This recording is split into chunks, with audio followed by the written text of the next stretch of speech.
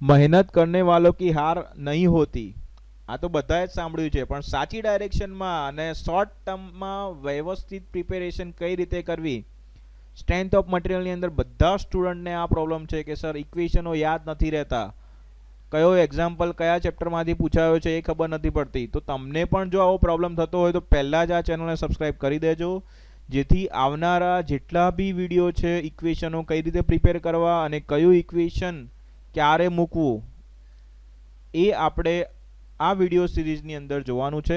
આજે આપણે strength of મટીરિયલની અંદર સબ ટોપિક નંબર 1 અને સબ ટોપિક નંબર 2, જેમાં મિનિમમ 7 માર્ક્સનું અને મેક્સિમમ 10 માર્ક્સનું જીટીયુમાંથી કવર થાય છે, એવા ખૂબ જ ઇમ્પોર્ટન્ટ ટોપિક વિશે આપણે વાત કરવાની છે. તો જો તમારે પાસ થવું હોય તો આખું સોલ્યુશન જોજો. ઓકે, સ્ટાર્ટ કરીએ છીએ આપણે સબ ટોપિક નંબર 1, જેની અંદરથી દાખલાની અંદર તમારે સ્ટ્રેસ, સ્ટ્રેન અને સ્થિતિસ્થાપકતા માપાંક જો શોધવાનું તમને કહ્યું હોય તો તમારે શું કરવાનું છે, તો સ્ટ્રેસ શોધવા માટે તમારે સિગ્મા બરાબર પી બાય એ ઇક્વેશન વાપરવાનું છે, જ્યાં સિગ્મા એ સ્ટ્રેસનું ઇન્ડિકેટ કરવા માટેનો સિમ્બોલ છે, પી જે છે એ ફોર્સ ઇન્ડિકેટ કરે છે, અને એ જે છે એ એરિયા આપેલો છે. એરિયાના પણ ટોટલ બે ઇક્વેશન છે, એક છે π/4 d સ્ક્વેર અને બીજું ઇક્વેશન છે આપણે b multiply by D. π/4 d square તમારે ક્યારે વાપરવાનું છે મિત્રો, જો તમને ડાયામીટર આપેલો હોય તો π/4 d સ્ક્વેર વાપરવાનું છે, અને તમને એમ કીધું હોય કે કોઈ સેક્શન આપેલો છે જેનું માપ 300 × 200 mm છે, તો એવા કેસમાં એરિયા જે છે એ 300 એટલે બી અને 200 એટલે ડી, એટલે બી મલ્ટીપ્લાય બાય ડી કરશો તો તમને એરિયા મળી જશે. સ્ટ્રેન શોધવા માટેનું ઇક્વેશન છે epsilon is equal to delta L by L, જ્યાં એપ્સાઇલોન એ સ્ટ્રેન ઇન્ડિકેટ કરે છે, ડેલ્ટા એલ છે એ લંબાઈમાં થતો ફેરફાર ઇન્ડિકેટ કરે છે, અને એલ જે છે એ મૂળ લંબાઈ ઇન્ડિકેટ કરે છે. અને તમારે જો સ્થિતિસ્થાપકતા માપાંક શોધવાનો હોય, મીન્સ કે યંગ મોડ્યુલસ, ઘણી વખતે સ્ટુડન્ટ આમાં પણ કન્ફ્યુઝ થઈ જાય છે. સ્થિતિસ્થાપકતા માપાંક, યંગ મોડ્યુલસ આ બંને એક જ વસ્તુ છે, જેને આપણે કેપિટલ ઈ વડે ઇન્ડિકેટ કરીએ છીએ. તો તમારે એ એક્ઝામમાં શોધવાનું હોય તો ઈ બરાબર સિગ્મા બાય એપ્સાઇલોન ઇક્વેશન વાપરવાનું છે. અને આની ઉપરથી એક નવું ઇક્વેશન છે સિગ્મા બરાબર પી બાય એ તમે મૂકો અને એપ્સાઇલોન બરાબર ડેલ્ટા એલ બાય એલ મૂકશો તો તમને ડેલ્ટા એલનું નવું ઇક્વેશન જે આપણે પ્રિન્સિપલ ઓફ સુપરપોઝિશનની અંદર વાપરીએ છીએ એ તમને મળશે ડેલ્ટા એલ બરાબર પીએલ અપોન એઈ, જે હવે આપણે નેક્સ્ટ જોવાનું છે. આ સબ ટોપિક નંબર 1ની અંદર તમારે યાદ રાખવાનું છે. આટલું જ સબ ટોપિક નંબર 1માંથી પૂછાશે. સબ ટોપિક નંબર 2ની વાત કરીએ આપણે મિત્રો, તો એમાં પ્રિન્સિપલ ઓફ સુપરપોઝિશન છે, જે એમ કહેવા માંગે છે કે કોઈ એક મેમ્બર છે જેને નંબર ઓફ ફોર્સિસ આઉટર એજ ઉપર લાગતા હોય, બરોબર છે. અહીંયા આપણે એક 3 સેક્શન બતાવેલા છે, પાર્ટ નંબર 1, પાર્ટ નંબર 2 અને પાર્ટ નંબર 3, અને એની ઉપર જે ફોર્સિસ લાગે છે એને આપણે એરો વડે ઇન્ડિકેટ કરેલા છે. આ જે ફોર્સિસ છે એને આપણે નામ આપી દઈએ, જે ફોર્સિસને નામ આપી દઈએ, અહીંયા પી ફોર્સ છે, અહીંયા જે ફોર્સ છે એને નામ આપી દઈએ ક્યુ, અહીંયા જે ફોર્સ છે એને નામ આપી દઈએ આર, અને અહીંયા જે ફોર્સ છે એને નામ આપી દઈએ એસ. અહીંયા ટોટલ 3 સેક્શન છે. પહેલા સેક્શનની લેન્થ L1 છે, બીજા સેક્શનની લેન્થ L2 છે, ત્રીજા સેક્શનની જે લેન્થ છે એ L3 છે. અહીંયા તમે જોઈ શકો છો ફ્રેન્ડ્સ કે ડાયામીટર પણ અલગ છે. પહેલા સેક્શનનો ડાયામીટર D1 છે, બીજો જે સેક્શન છે એનો ડાયામીટર D2 છે, અને ત્રીજો જે સેક્શન છે એનો ડાયામીટર D3 છે. તો આ રીતના 3 સેક્શન હોય અને આની ઉપર લાગતા ફોર્સિસ જે છે એ અનુક્રમે P, Q, R અને S હોય, બરોબર છે. તો અહીંયા when a member is subjected to number of forces acting on its outer edge as well as some internal section એટલે અહીંયા તમે આ અને આ જે ફોર્સિસ છે એ અંદરની સાઈડ લાગે છે along the length of the member, લેન્થની ડાયરેક્શનમાં લાગે છે, the total deformation of the member will be equal to the algebraic sum of deformation of the individual section. Means કે ટોટલ ડિફોર્મેશન એટલે આપણે અહીંયા ડેલ્ટા એલ જે છે, ટોટલ ડેલ્ટા એલ એ દરેક સેક્શનની લેન્થમાં થતો ફેરફારના સરવાળા જેટલો હશે. અને આ જે છે એ પ્રિન્સિપલ ઓફ સુપરપોઝિશન છે. 2 માર્ક્સની અંદર પૂછાવાની મેક્સિમમ શક્યતાવાળો ક્વેશ્ચન.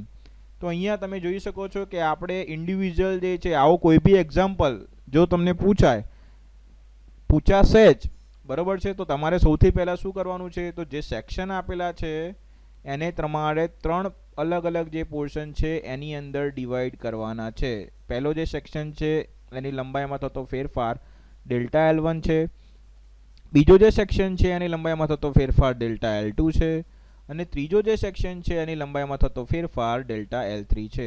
તો સૌથી પહેલા જ્યારે બી આવો ક્વેશ્ચન પૂછાય તો એની નીચેનું પેજ છે એની અંદર તમારે આ રીતે 3 પાર્ટની અંદર જે સેક્શન છે એને અલગ કરવાના છે, જે પાર્ટ છે એને અલગ કરવાના છે. બરોબર છે. તમારે આ જે છે એ તમને એક ડેમો બતાવેલો છે. આના પછી આનો જે એક્ઝામ્પલ જીટીયુમાં પૂછાયેલો છે એ પણ આપણે કેલ્ક્યુલેટ કરેલો છે અને એ પણ આપણે જોવાનો છે. તો અહીંયા તમારે જે ટોટલ ડેલ્ટા L છે મીન્સ કે 3 પાર્ટનો સરવાળો, 3 પાર્ટ જે છે એમાંથી એનું ટોટલ એલોંગેશન છે એ તમારે થશે delta L is equal to delta L1 plus delta L2 plus delta L3. અને અહીંયા ડેલ્ટા L ની જે કિંમત છે એને આપણે મૂકીએ છીએ PL અપોન AE.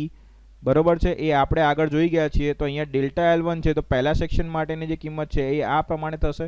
એ જ રીતે બીજા સેક્શનની કિંમત છે એ P2L2 અપોન AE થશે અને ત્રીજા સેક્શનની જે કિંમત છે એ P3L3 અપોન AE થશે. ફ્રેન્ડ્સ, અહીંયા તમારે ખાસ વસ્તુ એ યાદ રાખવાની છે કે અહીંયા જો ક્રોસ સેક્શન એરિયા આપણે આગળ જે જોયું એમાં અલગ અલગ આપેલો હતો તો તમને ડાયામીટર D1 D2 અને D3 એક્ઝામની અંદર આપેલા હશે. જો તમને આ રીતનો સેક્શન રેગ્યુલર શેપની અંદર આપેલો હશે અને અહીંયા ટોટલ 3 પાર્ટ આપેલા હશે તો આ કેસમાં તમારે એરિયા જે છે એ સેમ રહેશે. ઈ જે છે એ યંગ મોડ્યુલસ છે અને એની કિંમત જે છે એ ફિક્સ જ હશે. જો તમે માઇલ્ડ સ્ટીલ માટે કેલ્ક્યુલેશન કરતા હોય તો 2×10⁵ એક્ઝામમાં ના આપી હોય તો પણ તમારે લઈ લેવી. બરોબર છે. એક્ઝામ્પલની અંદર આપેલી જ હશે પણ ના આપી હોય તો બી તમારે 2×10⁵ લેવાની રહેશે. ફોર્સની વેલ્યુ છે એ તમારે ન્યૂટનમાં જ લેવાની છે. એટલે મીન્સ કે કિલો ન્યૂટનમાં આપેલું હોય તો તમારે મલ્ટીપ્લાય બાય 10⁵ કરવાનું છે અને 10⁵ કરીને વેલ્યુ શામાં લેવાની છે? ન્યૂટનમાં. આપેલ ફોર્સ જો ટેન્સાઇલ હોય તો તમારે પ્લસ સાઇન મૂકવાની છે, જો કોમ્પ્રેસિવ હોય તો માઇનસ સાઇન મૂકવાની છે. અને ઈ જે છે યંગ મોડ્યુલસ એ બધા માટે, બધા પાર્ટ માટે કેવો રહેશે? એક સરખો જ રહેશે. એ પણ તમારે ધ્યાનમાં લેવાનું છે. જો આડછેદ એક સરખો હોય તો એરિયા પણ કેવો રહેશે? સરખો રહેશે. મેં અહીંયા ઉપર જણાવ્યું એ પ્રમાણે. પણ જો તમને વ્યાસ અલગ અલગ આપેલા હોય તો તમારે π/4d² કરીને ક્ષેત્રફળ જે છે A1 A2 અને A3 અલગ અલગ શોધવાનું રહે. તો એવા કેસમાં અહીંયા A1 આવશે, અહીંયા A2 આવશે અને અહીંયા A3 આવશે. જો AE સરખા હશે તો દરેકમાંથી AE કોમન નીકળી જશે. આ પણ તમારે ધ્યાનમાં લેવાનું છે. ઓકે. હવે આના ઉપર બેઝ ઉપર આપણે એક એક્ઝામ્પલ છે એ જોઈએ. તો અહીંયા તમને એક્ઝામ્પલની અંદર રકમ આ પ્રમાણે આપેલી છે. અહીંયા 20 કિલોન્યુટનનો લોડ લાગે છે. બરોબર. પાર્ટ 1, પાર્ટ 2 અને પાર્ટ 3 ટોટલ 3 પાર્ટ આપેલા છે. પાર્ટ 1 જે છે એની લંબાઈ તમને 400 mm આપેલી છે. પાર્ટ 2 ની લંબાઈ તમને 1000 mm આપેલી છે અને પાર્ટ 3 છે એની લંબાઈ તમને 1600 mm આપેલી છે. તો આવું કોઈ બી એક્ઝામ્પલ પૂછાય તો સૌથી પહેલા તમારે શું કરવાનું છે? જે રકમ આપેલી છે એ રકમની અંદર જે ફિગર આપેલી છે ફિગર ડ્રો કરી દેવાની છે અને પછી એની નીચે જે પાર્ટ છે એને આપણે અલગ કરવાના છે. કઈ રીતે અલગ કરશું? તો અહીંયા જે લેફ્ટ સાઈડ જે ફોર્સ આપેલું છે બરોબર છે એ જ ફોર્સ તમારે અહીંયા મૂકી દેવાનું છે. એની અંદર કોઈ ચેન્જ કરવાનું નથી. અહીંયા જે ડાયરેક્શનમાં એરો આપેલો હોય એ જ ડાયરેક્શનમાં એરો અહીંયા મૂકવાનો છે. મીન્સ કે અહીંયા આઉટર ડાયરેક્શનમાં, બહારની ડાયરેક્શનમાં ફોર્સ જતો હોય તો અહીંયા પણ બહારની ડાયરેક્શનમાં ફોર્સ મૂકવાનો છે. અહીંયા બહારની ડાયરેક્શનમાં ફોર્સ મૂક્યો હોય તો એની બીજી સાઈડ પણ તમારે ફોર્સ જે છે એ બહાર જતો બતાવવાનો છે. એટલે આ ફોર્સ છે એ કયું થશે? ટેન્સાઇલ થશે. અને ફ્રેન્ડ્સ, ટેન્સાઇલ ફોર્સ હોય તો એના માટે આપણે પ્લસ સાઇન મૂકીએ છીએ. અને આ ટેન્સાઇલ ફોર્સના લીધે જે લંબાઈમાં વધારો થાય છે એને આપણે કહીએ છીએ ડેલ્ટા L1. ઓકે. ફરીથી એકવાર જોઈ લો. સૌથી પહેલાં શું કરવાનું છે? અહીંયા જે ફોર્સ છે એ જ તમારે અહીંયા મૂકવાનો છે. એરો બહાર જતો અહીંયા જે એરોની ડાયરેક્શન છે એ જ એરોની ડાયરેક્શન અહીંયા મૂકવાની છે. અહીંયા જે એરો મૂક્યો છે એ જ એરો અહીંયા મૂકવાનો છે. મીન્સ કે અહીંયા ટેન્સાઇલ ફોર્સ છે તો અહીંયા આપણે જે એરો છે એ પણ બહાર જ આવશે. બરોબર છે. એ જ રીતે પછી અહીંયા જુઓ તમારે શું કરવાનું છે? ટોટલ તમને અહીંયા કેટલું આપેલું છે? 50 કિલોન્યુટન આપેલું છે. એમાંથી 20 કિલોન્યુટન જે છે એ આપણે આ ડાયરેક્શનમાં મૂક્યું છે. તો મારે બીજું કેટલું આ ડાયરેક્શનમાં મૂકવું પડે જેથી 50 થાય? તો તમે બંનેનો સરવાળો કરો. 20 અને બીજું હું અહીંયા 30 મૂકું તો મારે ટોટલ 50 જે છે એ મને આ ડાયરેક્શનમાં મળે છે રકમ પ્રમાણે. ઓકે. તો આપણે એ પ્રમાણે અહીંયા 30 કિલોન્યુટનનો લોડ મૂકેલો છે. અહીંયા 30 કિલોન્યુટન લોડ કેવો છે? કોમ્પ્રેસિવ છે. તો બીજી જે સાઈડ છે એમાં પણ 30 કિલો ન્યૂટનનો લોડ કેવો આવશે? કોમ્પ્રેસિવ જ આવશે, બરોબર છે. અને લંબાઈમાં થતો જે ફેરફાર છે એ ડેલ્ટા L2 છે આ કોમ્પ્રેસિવ ફોર્સના કારણે. અહીંયા મિત્રો તમે જોઈ શકો છો કે લંબાઈમાં શું થશે? ઘટાડો થશે, કેમ કે કોમ્પ્રેસિવ ફોર્સ છે. તો આપણે આ જે ફોર્સ છે એને કેવો લઈશું? માઇનસ લઈશું. એ જ રીતે હવે આપણે પાર્ટ 3 માટે જોઈએ મિત્રો. તો પાર્ટ 3માં અહીંયા ટોટલ 40 કિલો ન્યૂટનનો લોડ તમને આપેલો છે.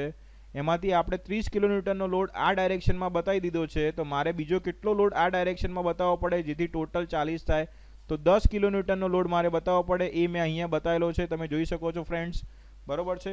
હવે આપણે અહીંયા 10 કિલો ન્યૂટનનો ટેન્સાઇલ લોડ બતાવ્યો છે, તો અહીંયા પણ 10 કિલો ન્યૂટનનો ટેન્સાઇલ ફોર્સ જ આવશે, જે આપ અહીંયા જોઈ શકો છો. ઇન શોર્ટ તમારે તૈયારી કઈ રીતે કરવાની છે? તો અહીંયા જે ફોર્સ આપ્યો છે એ અહીંયા મૂકી દેવાનો છે. અહીંયા ટેન્સાઇલ ફોર્સ હોય તો અહીંયા પણ ટેન્સાઇલ ફોર્સ આવશે. એ અહીંયા જે ફોર્સ આપેલો છે એ જ ફોર્સ તમારે અહીંયા મૂકી દેવાનો છે. બધા સ્ટુડન્ટને વચ્ચેનો જે સેક્શન છે એમાં પ્રોબ્લેમ થાય છે, તો એમાં આ રીતે કરશો કે 50 કિલો ન્યૂટનનો લોડ તમને રકમની અંદર રાઈટ સાઈડ આપેલો છે, એમાં 20 તમે મૂકી દીધો છે ઓલરેડી રાઈટ સાઈડ, તો બીજો 30નો લોડ તમારે રાઈટ સાઈડ મોકલવો પડે. તો આની ઉપરથી આપણે ડેટા કલેક્ટ કરીશું, તો તમને P1, P2 અને P3 જેની 3 વેલ્યુ તમને મળશે. P1 જે છે 20 કિલો ન્યૂટન ટેન્સાઇલ છે એટલે આપણે પ્લસ લીધો છે.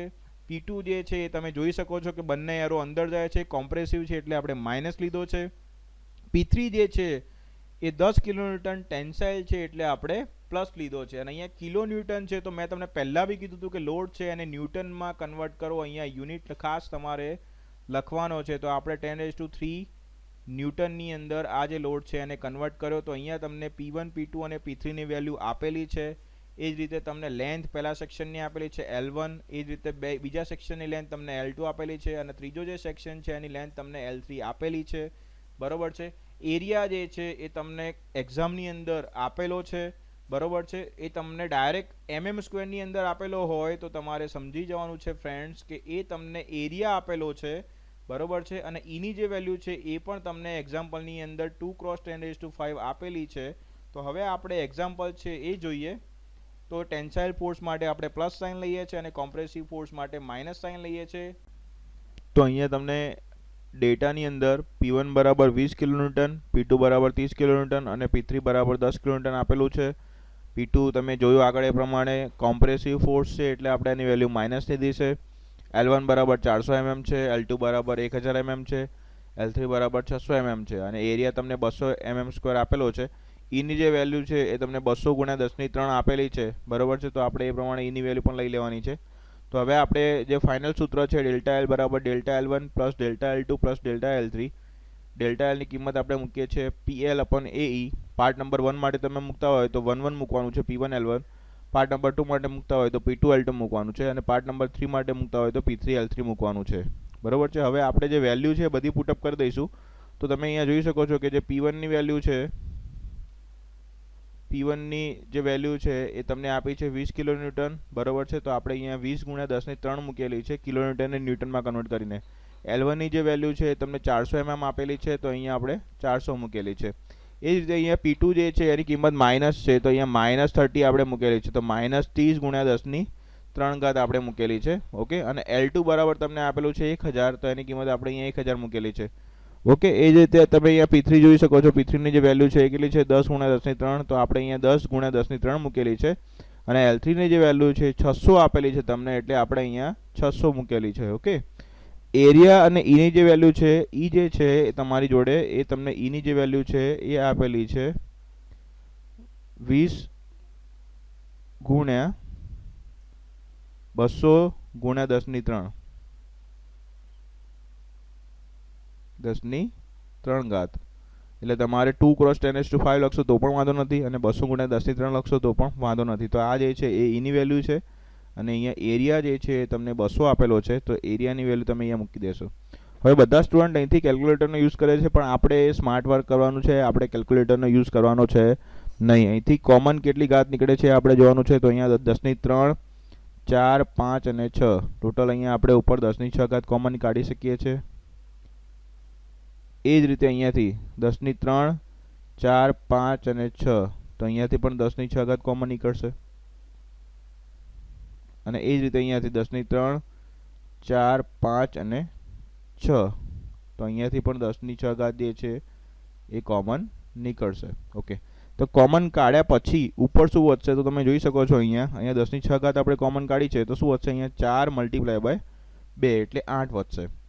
બરોબર છે. એ રીતે અહીંયા શું વધશે તો -30 વધશે અને અહીંયા શું વધશે તો 6 વધશે. ઓકે, તો હવે આપણે આગળનો સ્ટેપ જોઈએ. તો અહીંયા 10⁶ આપણે કોમન કાઢી દીધી છે. બરોબર છે. ઉપરથી બધામાંથી પહેલા સ્ટેપમાંથી કેટલા વધ્યા 4 × 2 = 8 એટલે અહીંયા 8 આવશે. બીજું જે સ્ટેપ છે એમાં -30 વધે છે અને લાસ્ટ સ્ટેપ છે એમાંથી અહીંયા 6 તમે જોઈ શકો છો એ 6 વધે છે. હવે અહીંયા જો તમે કેલ્ક્યુલેટરનો યુઝ કર્યો હોય તો કેલ્ક્યુલેશન થોડીક ડિફિકલ્ટ થઈ જાય. કોમન કાઢવાથી એકદમ કામ ઇઝી થઈ જશે. જો અહીંયા 10⁶ છે એની જોડે અહીંયા 3 4 5 અને 6 ઉડી જશે અને આનો તમે ટોટલ હિસાબ કરશો તો 8 ને 6 14, 14માંથી 30 જાય તો -16. બરોબર છે. -16 અને ડિવાઇડેડ બાય કેટલા આવશે અહીંયા આગળ તો 20 × 40 અને આનો આપણે હિસાબ કરીશું તો આપણને ફાઇનલ આન્સર જે છે એ આ પ્રમાણે મળે છે -0.4 mm. માઇનસ જે સાઇન છે એ ઇન્ડિકેટ કરે છે કે અહીંયા લેન્થમાં શું થાય છે ઘટાડો થાય છે. ઓકે, તો આ પ્રમાણે તમારે કેલ્ક્યુલેશન કરવાની છે. આવા જ એક્ઝામ્પલ સાથે આપણે મળતા રહીશું. Thanks for watching.